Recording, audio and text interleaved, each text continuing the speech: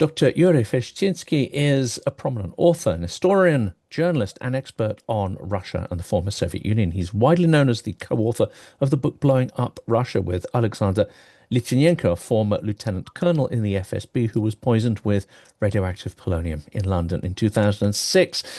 In today's episode, we're going to be examining what I think are an incredibly important set of ideas, and they come from Yuri Felshtinsky's analysis of Putinism.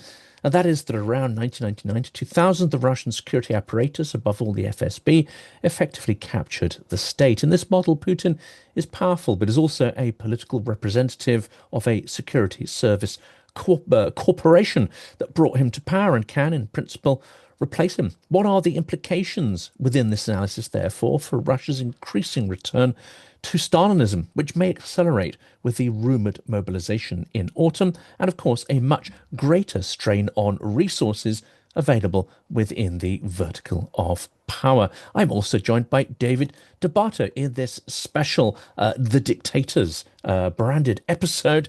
Please do check out David's fantastic guests and coverage as well on his channel. All the details, of course, are going to be in the description of the video. Yuri, welcome back. Thank you for the invitation. Thank you for your time. Let's dive straight into this idea that Putin is not just a powerful individual, but maybe the representative of a kind of clan, a pro-war clan. Is that how you interpret what's going on? And is there any opposition to this? Are there alternative clans, either within the Siloviki or within the vertical of power, who are moving towards the idea of freezing the war or ending the war, because they may have different information to Putin? They may have diverging interests from those of Putin and the clan behind him. Well, Putin came to power on behalf of the FSB. As we know, he was in charge of the FSB, then he became prime minister.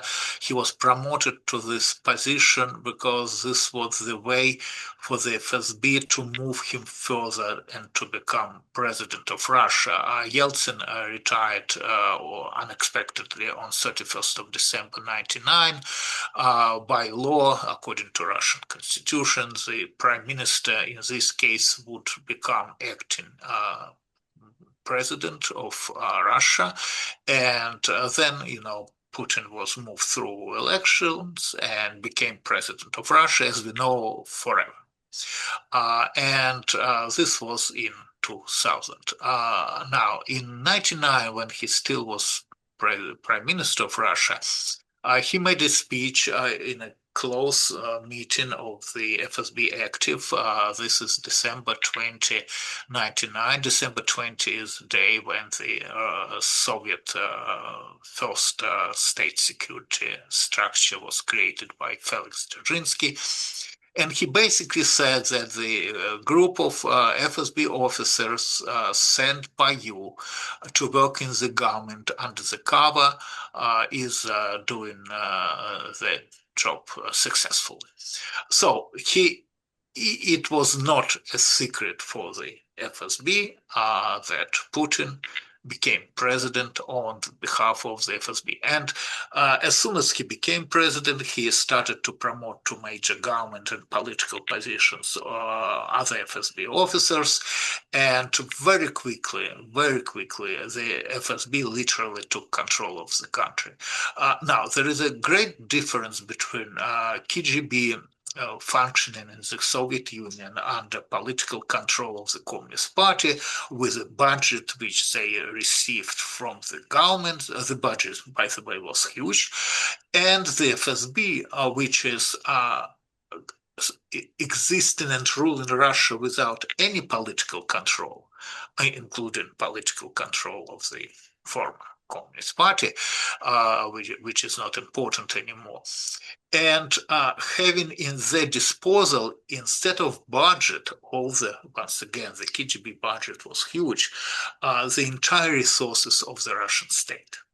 This is a major difference. So this is not budget which they're using to support the activity, to promote the activity.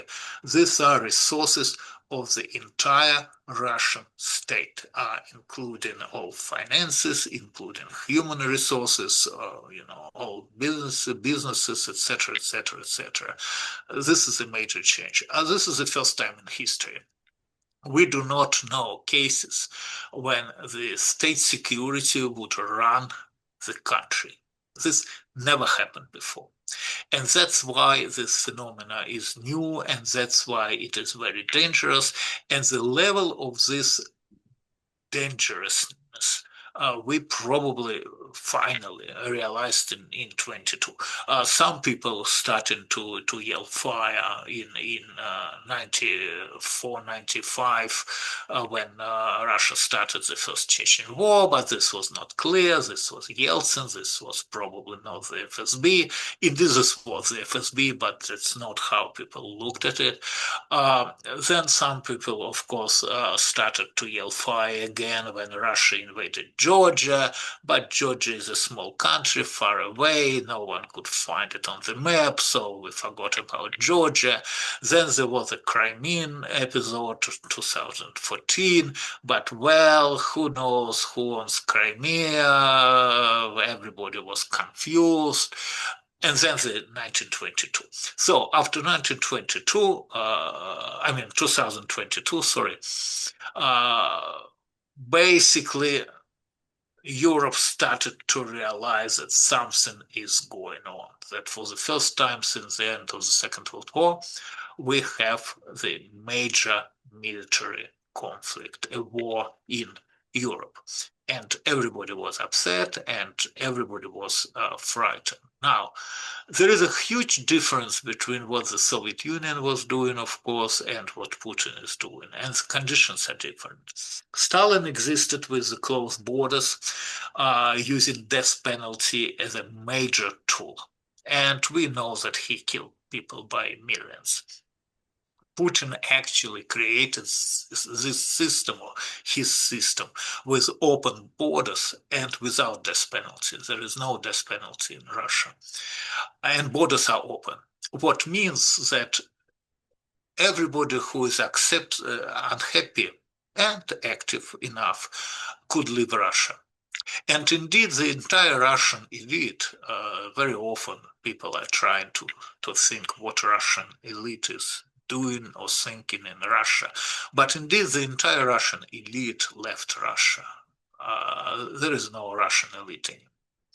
There are people who are part of the ruling regime, and they help Putin to rule.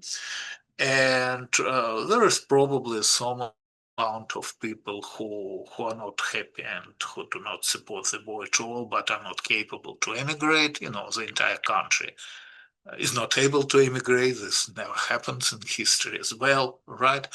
But the majority of people, it is fair to say, do support what Putin is doing or doesn't care what Putin is doing.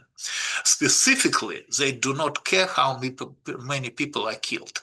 And this is very important because this creates the absence of any opposition. The political parties in Russia basically do not exist as normal political parties. Normal political parties in any country are fighting for power, and specifically they're fighting for the position of leader of the state. Russia is the only country where political parties do not fight for power and do not fight for presidency. They do not compete with Putin because they know that this is dangerous. The FSB is kind of above the law and above any political structures and political parties, and don't forget that FSB infiltrated every political structure and every political organization in Russia as well. So that's what we are doing with. There is no opposition. The only powerful structure is the FSB. It has probably several heads now. In 2000, there was just one head under the title the FSB. Now is a couple more heads were grown. One is FSO, which is Secret Service, basically. This is a structure which is responsible for physical security of leaders of the Russian Federation. But it became it's existed in the KGB time as a so-called ninth directorate, but now it became huge and very, very powerful. And some people are saying that it's maybe even stronger than the FSB, than the rest of the FSB. Then you also have Rosgvardia. This is a military unit or kind of army created under the leadership of General Zolotov, who was in charge of personal security of Putin, who is also from the FSB. I mean, everything is from the FSB. My point is that there are no other powers, no other forces who may deal with Putin, even if somebody wants to take him down. The Russian army traditionally, this of course might change since 22 because the army, went through the war. There are some young generals, who knows, maybe they would like to be involved in politics. I doubt. Traditionally, the Russian army and the Soviet army especially never played any political role. But so I would not expect the Russian army to try to take down Putin. Saying of this, he's involved in permanent war. What I call permanent war is a situation when Russia actually is able to conduct this war, permanently, literally permanently. They do not need to stop. They do not care how many people they lose on the ground in Ukraine, and the Russian population doesn't care. And there is no opposition because it's just doesn't exist. There is no freedom of speech, of course. There is no freedom of press, of course. There are no elections. Also they are going to have elections very soon for places in Duma, but this is a position for which people are fighting because this is a way. It's a business approach. This is a way for them to earn money. So there is no opposition, and there is no risk because Russia for Putin, because Russia is a nuclear power, and we know how nervous we are about nuclear weapons, so everything connected to the world nuclear. So people know that no one is in a hurry to fight against him and join the Russian-Ukrainian war on behalf of Ukraine. And we lost the United States. In addition to everything, we lost the United States. There is no NATO. Trump is supporting Putin, and Trump is moving against Europe and against Canada and against half of the United States because that's where democracy is, right? It's half of the United States, it's Canada, and it's Europe. So he's actually canceling sanctions against Russia and Belarus and basically introducing them against Europe, naming them tariffs. That's what's happening. And Putin knows that as long as Trump is in the White House, no one seriously is going to go against him. Now, we believe that this situation may change on 20th of January 29, when Trump would leave the White House, and we are hoping that whoever is going to be the next president of the United States, if we are lucky, would come back to this traditional American policy, and if we are not lucky, nevertheless, still I do expect some changes in American approach towards European and world democracy. But until January 2029, it's going to be tough because Russia, as we see, destroying the Ukraine from the air. The Ukraine has no ability to defend itself, and the question is how great the speed of this destruction is, and whether it's 1.5 year less a little bit might be enough for well 2.5 years might be enough for Putin to destroy Ukraine completely. We hope that not, but so far they are losing the ground war. Russia is losing the ground war, but winning the air war. And Europeans, of course, are not in a hurry to support Ukraine with the long-range missiles because they are afraid that Ukraine will strike against Moscow and Russia might retaliate. So everyone, of course, is preferring to play safe, meaning that Ukrainians are not crossing this last red line. Europeans are not crossing this last red line. Europeans draw many red lines from the beginning of the conflict. In the beginning, they wouldn't allow, for example, Ukrainians to use the Western weapons for attacks against the Russian Federation. Then they would not support Ukraine with tanks or helicopters or planes, right? This was those red lines. Those red lines with time disappeared. The last red line was that Ukrainians are not allowed to strike against Moscow. Now they are allowed to strike against Moscow with Ukrainian weapons, but Ukraine doesn't have powerful weapons like long-range missiles. Not enough. The flamingos, which they just started to produce, they do not have enough of them. Ballistic rockets, they do not have at all. And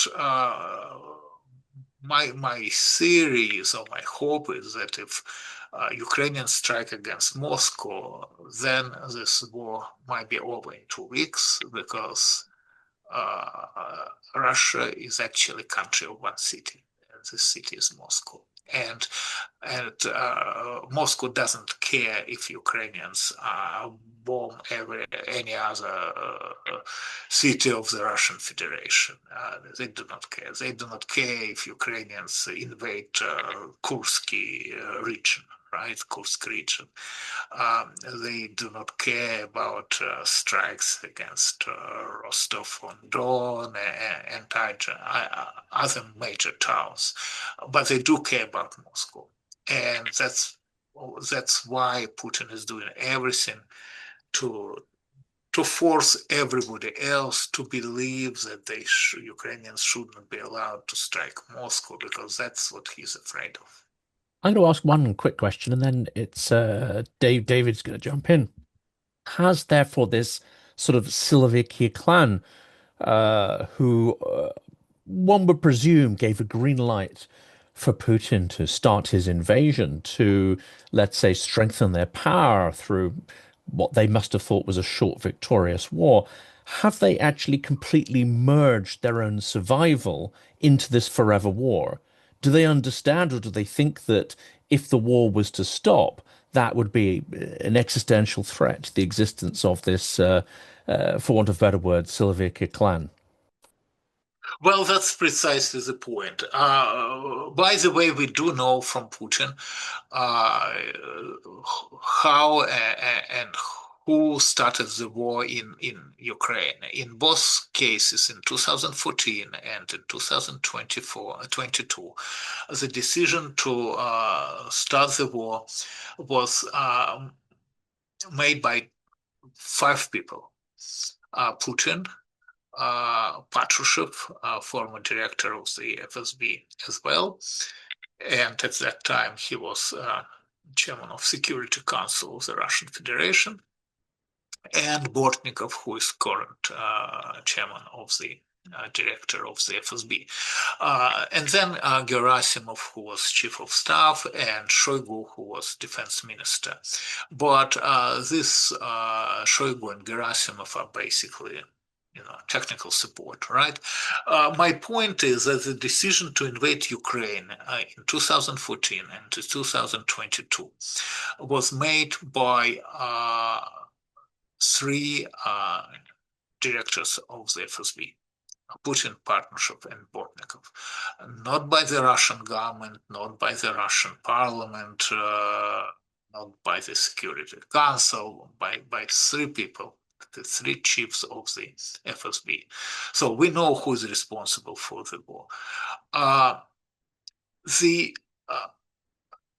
Of course, initially it was planned as a blitzkrieg, as a quick capitulation of Ukraine.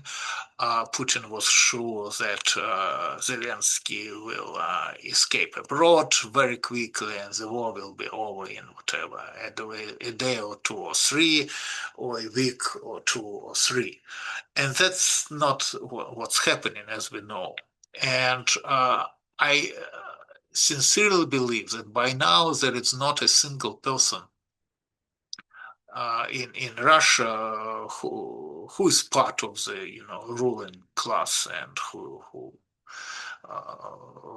is around Putin as well, who thinks that everything is fine and everything is developing the best possible way. I do not think so.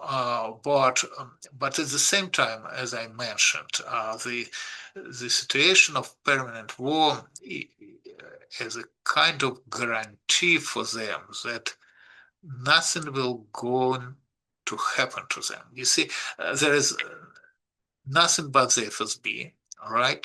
They're the only people who have weapons in their hands, well, besides the army. No one is competing with them for power, and they're not going to give Russia back. I mean, they were fighting for this literally since 1918, for more than 100 years, right? They're not going to allow any other forces to take power from them. Besides, there are no other forces. They just do not exist, right? Because as I said, those people who are active and who are against the regime, they're abroad. They're even not in Russian prisons. There's several of them in Russian prisons, but this is not a huge amount. And there are no political parties who are fighting for power with Putin and with Kremlin. So there is nothing else. No one is fighting for power in Russia. But there is also Collegium of the FSB. This is a very interesting organization. Again, this was created in 1918 by Dzerzhinsky, and it's a very secret structure. We really do not know. The Soviet Politburo, from time to time, they publish some political documents, and we basically knew that, well, they plan to establish communist system in the world, right? I mean, we knew something about the Politburo, what they plan to do. The Collegium of the FSB is so secret that we do not have any documents coming from there. We do not really know. All we know is that they're meeting from time to time, that Putin reports to them from time to time. But we do not really understand how powerful they are, whether they have ability and possibilities to take Putin down, for example, and to replace him with somebody else. I do not believe in putschs and in coup d'etats. Ironically, Russia is not a country which is built on laws, but every time somebody tried to take somebody through putsch, they failed. Beria could not take power in 1953. He was executed. Khrushchev, the chairman of director of the KGB, in August 1991 attempted to take power and failed. In 1993, the pro-communist Russian parliament was trying to take Yeltsin down. They failed. In 1996, Korzhakov was trying to take Yeltsin down through cancellation or postponing of elections, and he failed. And in 1999, Putin took power through manipulation of the Russian constitution, softly and legally. And I think this is a lesson which everybody by now understands about Russia, that you probably would not be able to take Putin down through coup d'etat. It has to be done softly. He might retire or resign as Yeltsin, right? But somebody has to, ask him to do this, and he has to agree. Or of course he might be killed, who knows? But for this, those people who would organize this coup d'etat, they would have, to come to a secret agreement between among each other. And this is very difficult to imagine because all of them are from KGB or the FSB, and all of them would probably run to report about the plans to take Putin down. So, but besides this, there is a more serious issue. If they talk openly about the situation, if they openly tell Putin that they're not unhappy with the way things are, developing and happening, then the question is, well, but what next? All right, we finish the war in Ukraine. We stop the war in Ukraine. We sign the peace agreement with Ukraine. But what kind of peace agreement this could be? We would have to leave occupied territories, for example. Do we agree to do this? And let's say we agree, but then the world will start to punish war criminals. Are we going to agree with this? Then, of course, Ukraine will demand that we pay reparations and pay for damages. Do we agree to do this?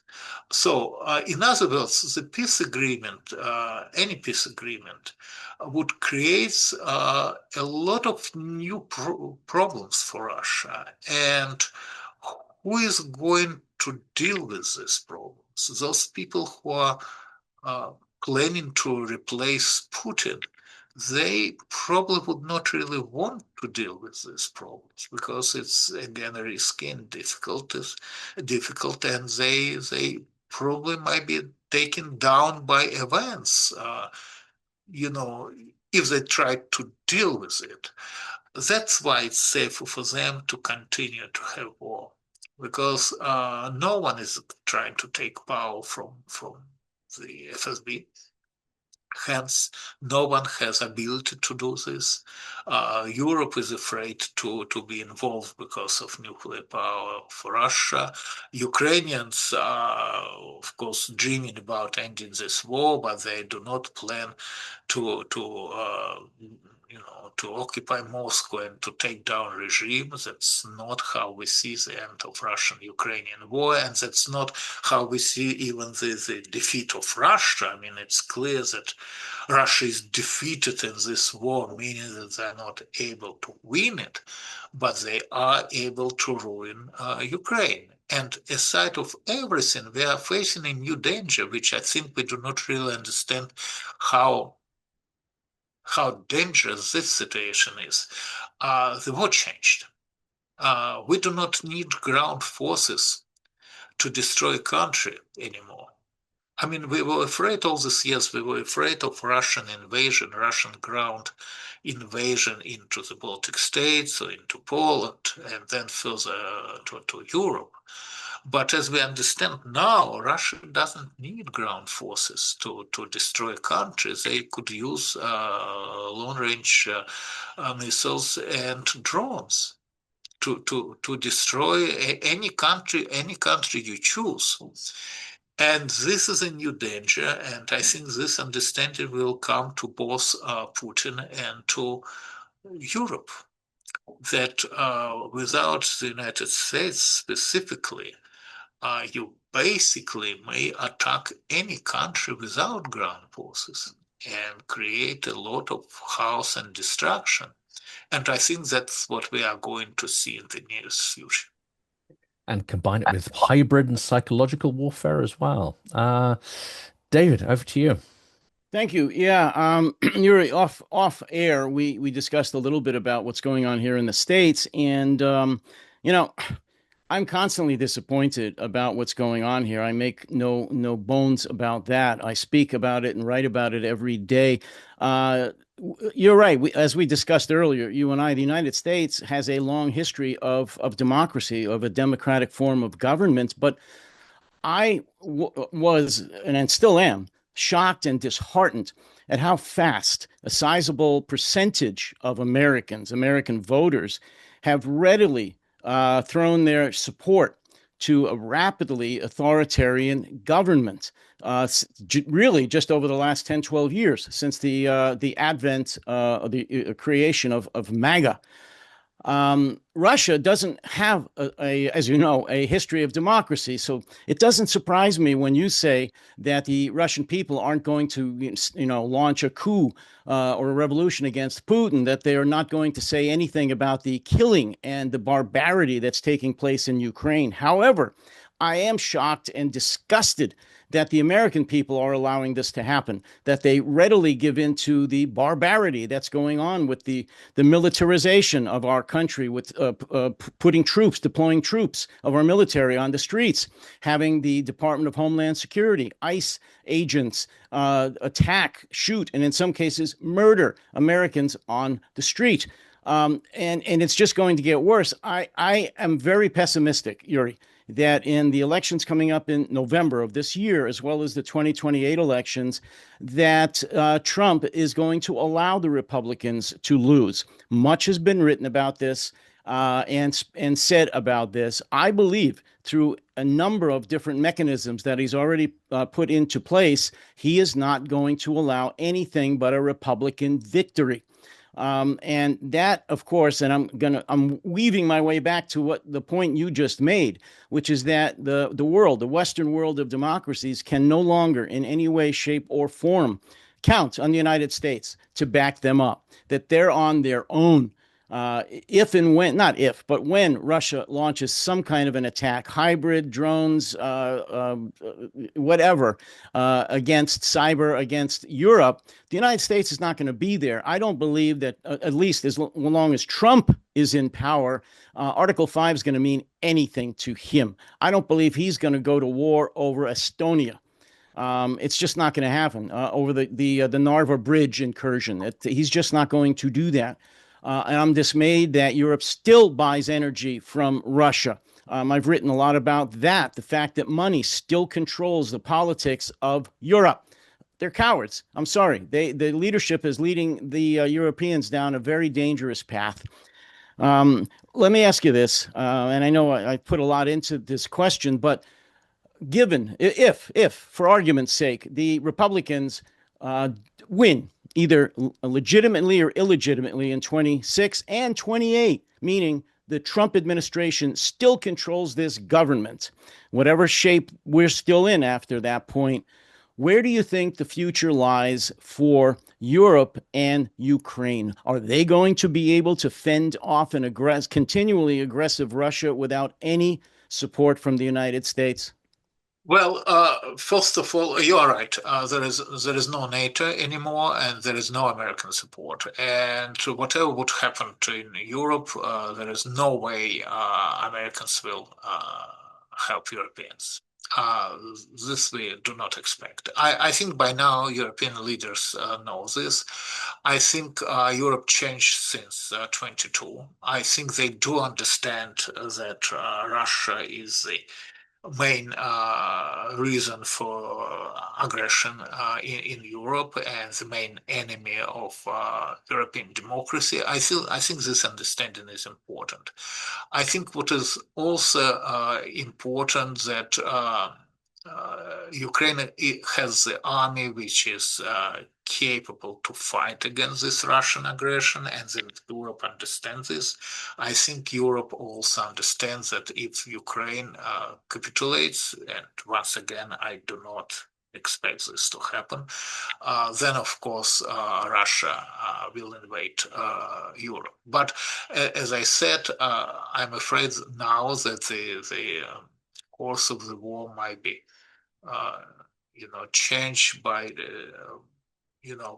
by new military developments, right? And the drone might start a war without using ground forces, which Russia has difficulties to collect because they are losing a lot of people in Europe. They just do not have extra people.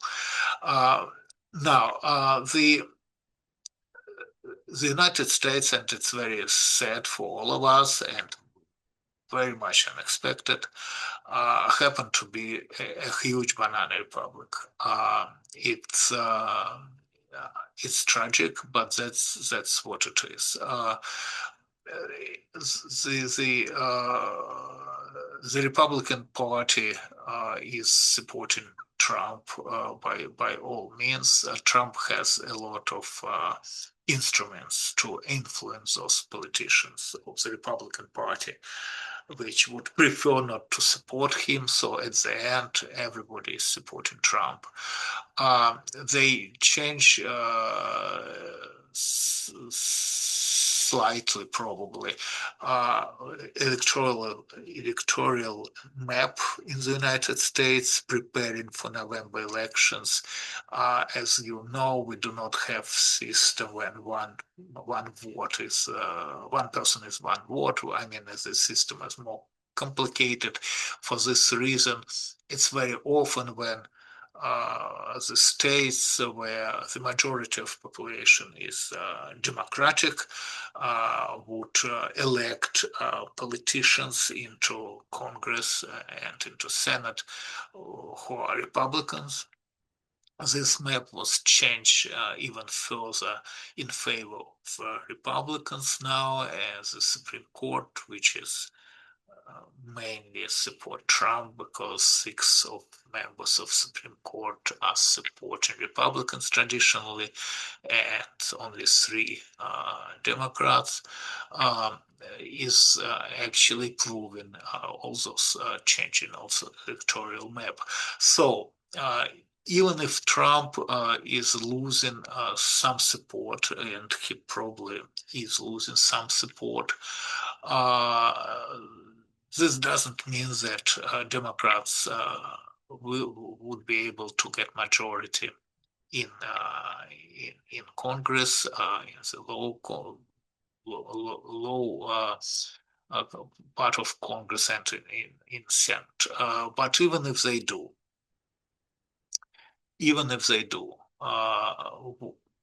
the foreign policy is out of question, because foreign policy actually in the hands of President of the United States.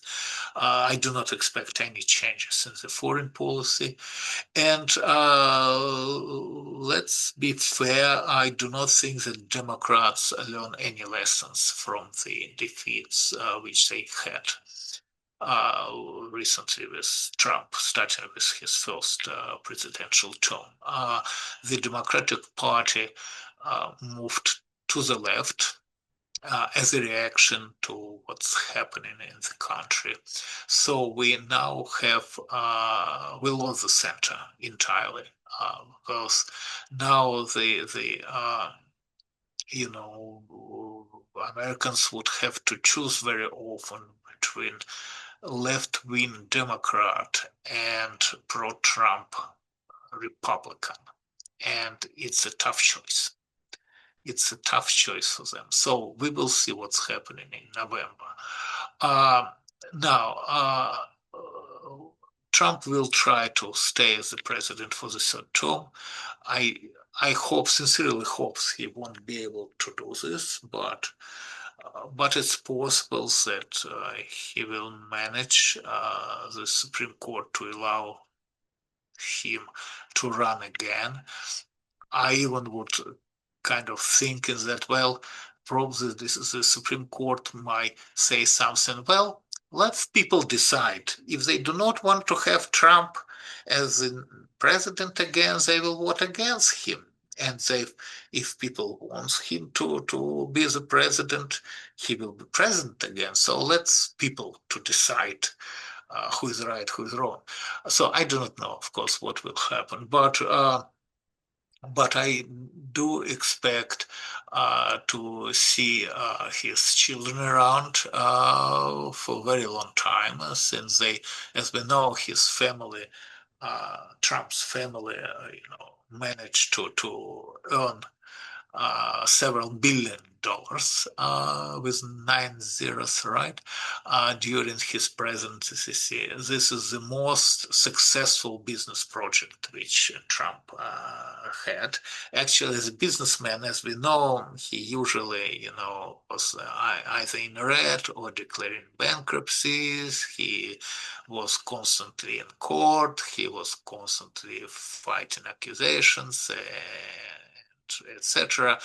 And presidency happened to be his major and the most successful business project. I believe actually that everything he's doing, everything is what he's doing, is mainly about money for himself and for his family. So they became very rich, and they will use this money to manipulate the American political system. But it's like with Putin, you see, whoever will change Putin, I would say, would be for better. Even if this would be a guy from the FSB as well. And that's what I'm expecting, by the way. I'm expecting that if Putin is ever gone, and he's young and healthy, so he may be around for a very long time. But if he's ever gone for one or another reason, I do expect that he might be replaced or will be replaced with another FSB officer, because I do not believe that the corporation of the state security, will give away Russia. I mean, why? But this should not be expected. But whoever this might be, this still will be better than Putin. And the same with Trump. Whoever is going to be after Trump, I'm quite sure that it's going to be better than Trump for the United States. Even if we choose the worst candidate among Republicans, I do not want to name them now. So we will see what's going to happen. But listen, I'm not the only one who never expected to see things like this. And to say that I'm disappointed in the United States and in American people is to say nothing, because I would never expect that majority of them might vote for somebody like Trump.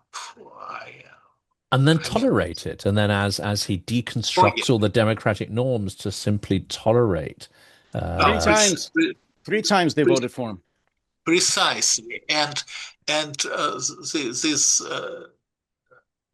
he happened to be right with this famous statement that he could kill a person on Fifth Avenue and would not lose a single word. And indeed, he is killing and killing and killing and killing people on Fifth Avenue, and his support doesn't go down. So this is unexpected and unbelievable, but this is a new world in which we live, unfortunately. I've got one sort of question there from my side, as we sort of get towards the end, and that is, of course, the rumored or much discussed mobilization. Now, there seems to be a lot of naivety, and including amongst some Western analysts, who anticipate that these strikes against Wildberries, strikes against refineries, increasing pressure on resources within the power vertical in Russia would lead to some kind of collapse, would lead to a coup. All these things you've mentioned that are very, very unlikely, in fact, within the system. Is it not possible that actually the pressure that Russia's system or vertical is being put under may actually drive it faster into this phase shift into a kind of neo-Stalinism, into actually empowering this core Siloviki to finish the job of taking all resources under their control. And that includes all people, all bodies, everything. But they have everything under their control, all resources and all people. And the pressure is needed. The pressure is important, but my view is that the only pressure which is important is the pressure against Moscow, and we actually seen during all this Putin's years, we've seen twice, witnessing twice a situation when Putin's chair as the president was shaken twice. One, when there was this interesting episode with Prigozhin putsch or uprising, which ended very quickly, but this was a day when Putin left and no one knew where he is. No one heard about him. Not a single person came to defend him. This was the most interesting part. No one actually knew what's going on. No one actually knew if he's alive or not. And this was after Prigozhin's statement that he is going to reach Moscow, right? That was the crucial word, Moscow. And the same was happening when Ukrainians strike against that oil refinery, which is technically speaking in Moscow. It's a far, I mean, 10 years ago, this was not Moscow, but now it is Moscow. Kapotny, it's a terrible place. I mean, it's very difficult to live there. It's very difficult to breathe there. But there is a major oil refinery which services the entire Moscow and the region there. And when Ukrainians strike that particular refinery, it was not clear to Muscovites whether this is just another refinery or the beginning of attacks against Moscow. And that's when everybody started to be very, very nervous. And you could feel that Moscow is finally shaken by the war. Because prior to this, Moscow is kind of Switzerland during the First World War. Nothing is happening in Moscow. Indeed, Moscow became much richer because of the war. All money is in Moscow. State orders, of course, given to the army. I mean, not to the army, to businesses to produce for the army, but all those people are in Moscow. All the accounts are in Moscow. Everything is in Moscow, and Moscow is not touched by war. And when you talk to Muscovites, that's what they tell you, that actually they live much better than they, lived before 22, because there is much more money, much more activity in Moscow, because a lot of people who would otherwise travel abroad, now they cannot travel abroad because there are sanctions. So again, unless Moscow is touched, there is no pressure. Strikes against the entire Russian Federation has nothing to do with pressure. This is not pressure at all.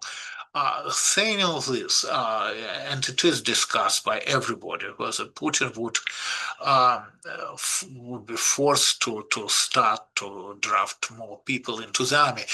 If I would have to bet, we have these two major betting companies now in the United States under Trump's control, partial or complete, and Trump's family is betting all the time and earning a lot of money because they're lucky every time to choose between the right and red, right and black, red and black.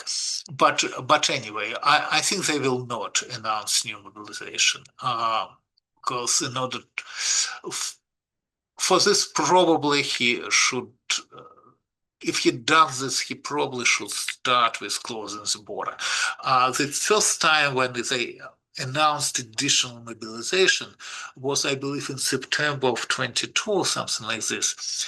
And this led to the exodus of like 300,000 people from Russia because the borders were open, and that's still open, right? So I think they probably try to avoid officially to announce new mobilization.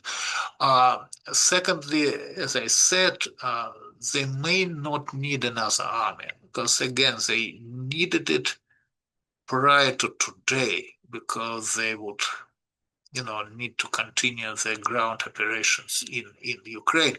But it might be cheaper for them and easier for them just to destroy Ukraine from the air without mobilizing more people into ground forces. And remember that there is a draft system in the Russian Federation, and every 6 months they do draft young people into the army, probably around 800,000. And that's precisely how much they are losing in Ukraine, but that's kind of covers those losses. So we will see. I will be surprised if they draft more people openly, or if they declare state of emergency, or declare a total war against Ukraine. We will see if this would happen, but they do not. But they do not need to change anything. That's unfortunate, but that's how it is. They could just continue what they're doing now forever, because for some Ukrainians, this war started not in 22, but in 2014, of course. And this is like more than 10 years. And they could continue with this for another 10 years. And as we know, the world is not able really to do anything. It's not that the world is not willing to do anything. It's really the world is not able to do anything. This might change on January 2029 if Trump is out of office, and Putin knows this. So whatever Putin plans to do, I think he plans to finish before 20th of January 29. But we will see whether any changes would,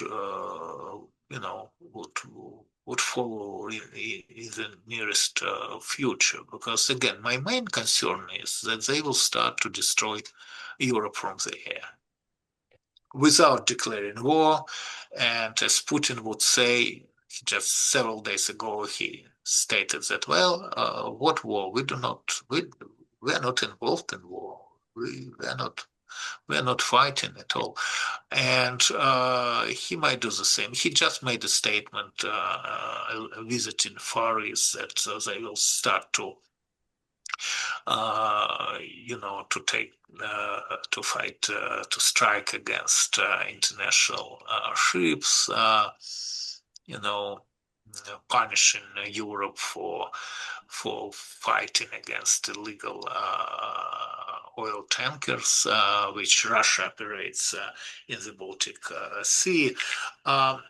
So there are many ways for Putin to escalate this war without actually announcing this escalation. I do not see a single possibility for him to de-escalate this war.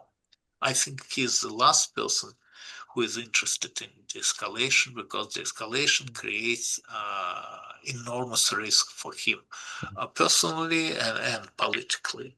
And because then this might be the end of him politically, and who knows, maybe even physically. Russia is a very complicated country in this sense. But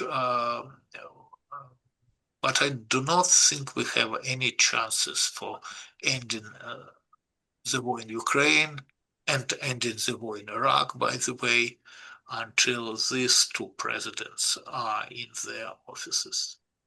So in Iran and Ukraine, we have forever wars. And indeed, Putin said the other day, what would we do without war? Implying that he'd be bored. And I think we speculated at some point that one of the reasons this war began is just because 25 years ruling the Kremlin gets a little boring, and this has enlivened his day a little bit. David, you Absolutely. get the last punchy question of the session. Well, yeah, I mean, again, I've said it probably ad nauseum, but I'm sorry. I see a lot of parallels between Putin and Trump. I'm tired of listening to whether or not he's on the payroll of the KGB, whether he's an apparatchik. It doesn't matter. They could be paying him whatever. He's doing the bidding of Putin. I happen to believe it's because he admires him. He sees himself as a Putin.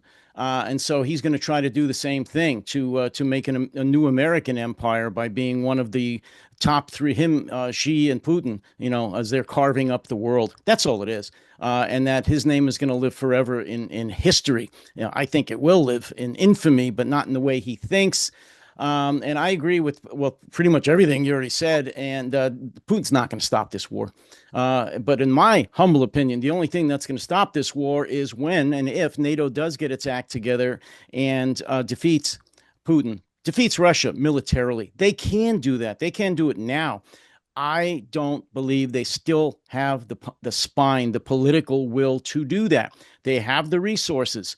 In a very short amount of time, they could retool their industries. They could clear the skies over Ukraine immediately and be prepared for anything that Russia can throw at them short of nuclear weapons. I just don't think they have the political will to do that. And until and unless they do, this war is not going to end. Well, I just want to add two things.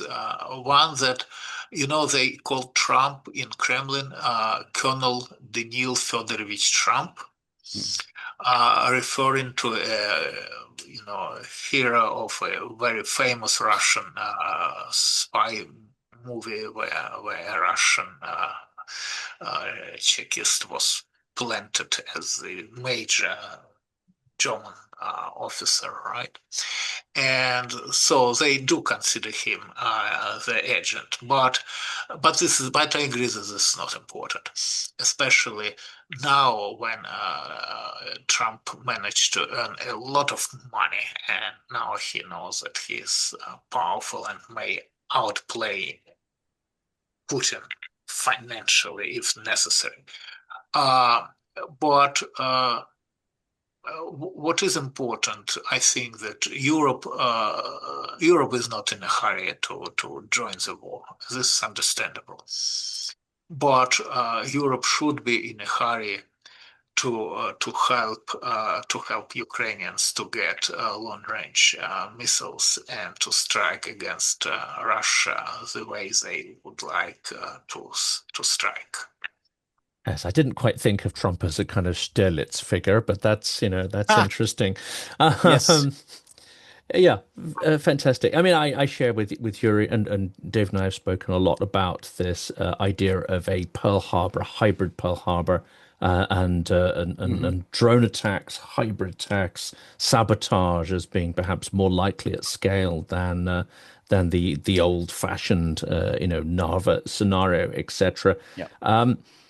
We should come back and talk about this because that ultimately would probably break NATO if there was no response to a Russian assault on a European capital or a European city or even the European economy. But that's maybe one for a future episode. Yuri, thank you so much for coming on. It's been an immense pleasure. Yes, Yuri, thank you. Thank you for the invitation. Real pleasure. And as this all develops, as no doubt it will, we will hopefully discuss it again. Please do check out Yuri's books, his articles, his works. They are absolutely fascinating. And, of course, recent interviews on the subject. And, of course, David's channels, output, and the Dictators format content as well. All the links in the description of the video. For now, that's it. Goodbye.